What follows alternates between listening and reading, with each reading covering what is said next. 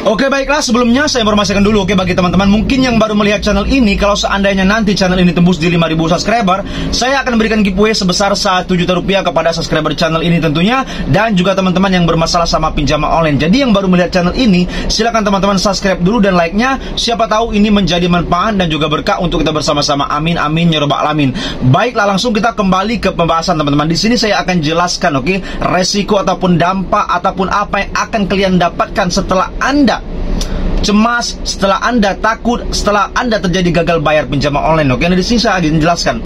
Resiko yang pertama adalah slik OJK atau BI checking kalian bermasalah. Tetapi itu tidak ditakutkan sama para nasabah. Saya lihat tidak ada yang menakutkan slik OJK atau BI checking. Yang paling ditakutkan adalah DC pinjol datang ke rumah. Ini yang selalu ditanyakan, Bang, apakah DC pinjol datang ke rumah untuk aplikasi ini?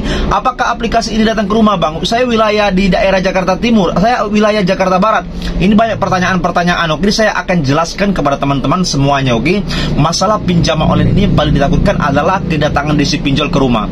Kenapa kalian takut? Yang pertama pasti malu, oke. Yang kedua pasti nggak nyaman, oke, mereka datang ke rumah. Padahal mereka cuma bekerja, oke. Semakin Anda ketakutan, semakin Anda khawatir pinjol datang ke rumah, benar-benar mereka akan pasti datang ke rumah. Karena perasaan ataupun pikiran kalian semuanya lah yang membuat mereka datang, oke. Kenapa seperti itu? Memang sering terjadi seperti itu, teman-teman, oke.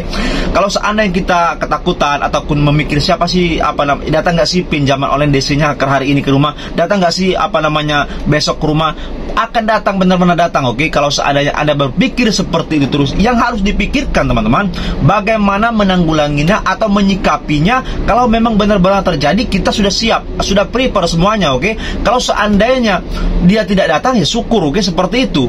Jangan Anda tanyakan, datang nggak sih Bang, datang nggak sih Bang, datang nggak sih? Tidak ada yang bisa memastikan dan tidak ada bisa yang menjamin, oke. Kalau saya tahu mereka datang atau tidak, jam berapa mereka datang atau tidak, saya akan share, oke, di YouTube ini, jam ini aku laku DC-nya di wilayah ini, kredipo di wilayah ini, jam segini. Saya akan share biar kalian lari dulu dari rumah, oke. Karena Anda takut sama pinjaman online, padahal mereka tidak menggigit, tidak makan orang, tidak ngapa-ngapain juga, oke. Paling mengingatkan bahwa ada hutang Anda sekian, kalau seandainya mampu dibayar silakan dibayar, oke. Nah itu Anda tinggal menjawab aja. Kalau seandainya memang belum ada uang, ya silakan bilang saja tidak ada uang. Mau bagaimana lagi? Masa DC-nya menyuruh Anda memberikan barang-barang Anda di rumah, ataupun memberi motor Anda, ataupun kulkas ataupun TV Anda di rumah? Kan tidak mungkin. Kalau mereka sampai mau memaksa, mau mengambil barang-barang Anda, itu sudah pelanggaran, mereka sudah melanggar undang-undang, mereka bisa dipidanakan. Jadi tidak ada yang harus dikhawatirkan atau dirisaukan, oke. Semakin kita berpikir yang negatif, teman-teman, semakin masalah akan timbul sendiri. Bahkan bukan masalah saja yang datang, bahkan penyakit akan datang. Kenapa?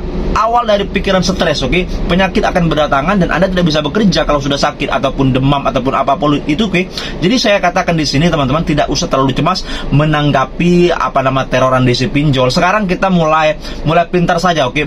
Mulai menelaah bahwasanya ancaman itu tidak mungkin bisa menyakiti Anda, tidak bisa merampas Anda, tidak bisa memenjarakan Anda atau mempidanakan Anda, oke. Jadi kita mulai hari ini bersama teman-teman semuanya, bodoh amat lah, oke. Kalau seandainya ada rezeki esok ataupun lusa ataupun minggu depan atau bulan depan, kita berdoa bersama-sama. Kalau ada rezeki, ya sudah, kita lunaskan saja pinjaman online ini. Habis itu kita keluar dari yang namanya jeratan pinjaman online. Saya katakan kita keluar bersama-sama, oke. Karena pinjaman online ini tidak ada manfaatnya lagi, teman-teman. Banyak terjadi mudaratnya, banyak yang orang keluar dari pekerjaan, diteror ke para perusahaan-perusahaan, banyak orang yang mengakhiri hidup juga, oke. Jadi ini sangat-sangat luar biasa mudaratnya. Bersama-sama, seandainya kita sudah bisa melunaskan pinjaman online ini, saya ajak teman-teman tidak usah lagi ngambil pinjaman online lagi, oke. Karena dampaknya nanti pasti terjadi galbay. 1000% pasti terjadi galbay. Kenapa saya meyakinkan Anda terjadi galbay?